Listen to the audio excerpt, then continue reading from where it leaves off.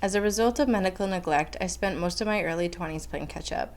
It was easy for both myself and providers to dismiss symptoms as psychosomatic with the lack of medical history and amount of recurrent trauma. As I took responsibility for my health, I actively began making changes toward a healthier lifestyle in hopes to eliminate the phantom symptoms. I got sober, went vegan, started therapy, and practiced healthy sleep hygiene. While there were many improvements in my life, I was still sick.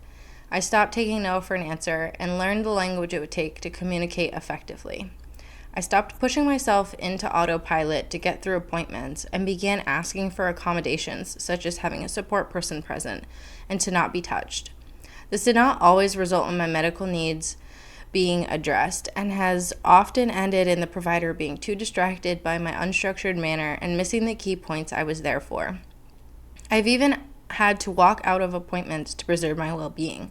One provider agreed I needed imaging, yet refused to order it without a physical exam after I disclosed I suffer from CPTSD from CSA and was not comfortable being touched unless medically necessary, which I did not agree it was.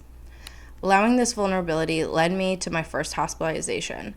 There, I was minimally examined and over-medicated. I remember fighting with a doctor who was pushing me out without a safety plan in place because of my appeared high functioning. Leaving the facility, I was not able to care for myself, and an agreement was made with my family to surrender my apartment and car to be supported by them while I went through treatment.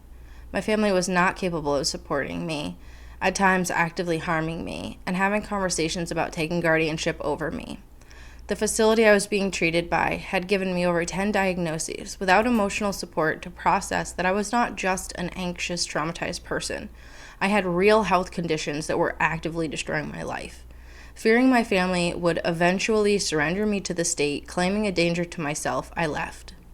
They would not participate in my treatment unless to attest to my deficits. They pushed sedative medication and eventually restricted access to the outside world.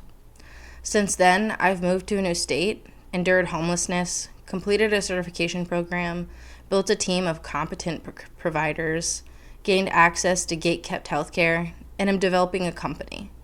I have several diagnoses that clearly indicate my symptoms have always had a source. Now knowing better how to manage my symptoms, I persist towards autonomy, inclusivity, and quality of life.